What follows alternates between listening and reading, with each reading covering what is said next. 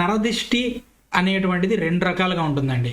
ఇంటెన్షనల్గా, అలానే నాన్ ఇంటెన్షనల్గా. అంటే ఎగ్జాంపుల్గా కొంతమంది కావాలనే మన మీద పడి ఏడుస్తూ ఉంటారు. మన శత్రువులు కానివ్వండి, మన చుట్టాల్లోనే మనం ఎదుగుతుంటే ఏడ్చేటువంటి వాళ్ళు చాలా మంది ఉంటారు. అలాంటి కొంతమంది చెడు ప్రయోగాలు చేపిస్తున్నారు అనుకుంటారు. చెడు ప్రయోగాలు జరుగుతున్నాయి మా మీద, మా ఇంటి మీద అనేటువంటి అనుమానాలు ఉంటాయి. అలానే ఇది ఇంటెన్షనల్గా కావాలని చేస్తారు. వీడు ఎదిగిపోతున్నాడు, అది చేస్తున్నాడు, ఇది ఏడుస్తూ ఉంటారు మన మీద పడి.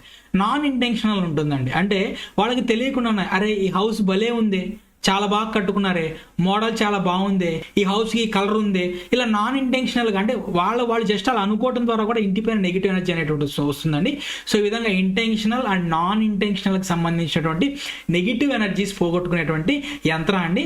మరి ఇంకెందుకు ఆలస్యం, మన డిజిటల్ స్క్రీన్ మీదకి వెళ్ళిపోదామండి. ఏం చేస్తారంటే, మీరు ఒక దీర్ఘ చతురస్రాన్ని చూడండి, నీట్గా స్కేల్తో గీయండి. నాకు ఇక్కడ ఏంటంటే స్కేల్తో గీయడానికి కుదరట్లేదు కాబట్టి నేను మామూలుగా గీసేస్తున్నాను. నీట్గా ఒక దీర్ఘ చతురస్రం అంటే రెక్టాంగిల్ గీసుకోండి. మీరు ఒక రెక్టాంగిల్ మీరు గీసుకున్న తర్వాత ఏం చేస్తారంటే, దీన్ని ఈ విధంగా 3 పార్ట్స్ చేయండి. దీన్ని 3 పార్ట్స్ చేయండి. ఆ తర్వాత పైన ఏదైతే ఉందో దీన్ని 4 పార్ట్స్ చేయండి. ఈ విధంగా 4 పార్ట్స్ చేయండి.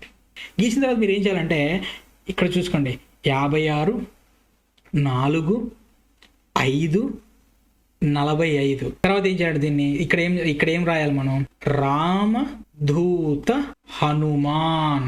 రామధూత హనుమాన్ ఇది రాయాలి మనం.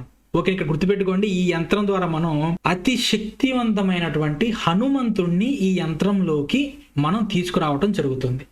దానివల్ల మన హౌస్ ప్రొటెక్షన్ అనేటువంటి జరుగుతుంది.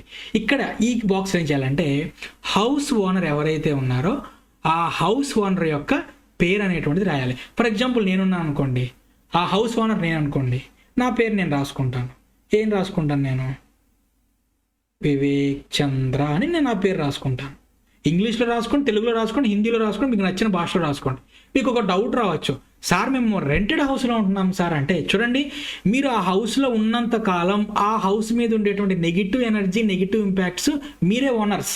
కాబట్టి మీరు ఉన్నటువంటి రెంటెడ్ హౌస్లో కూడా ఈ యంత్ర అనేటువంటి దాన్ని గీసుకోవచ్చు. హౌస్ ఓనర్ వచ్చి గీయాల్సిన అవసరం లేదండి.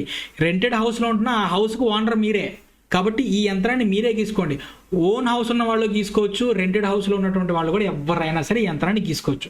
ఈ విధంగా యంత్రం అనేటువంటిది గీయాలండి.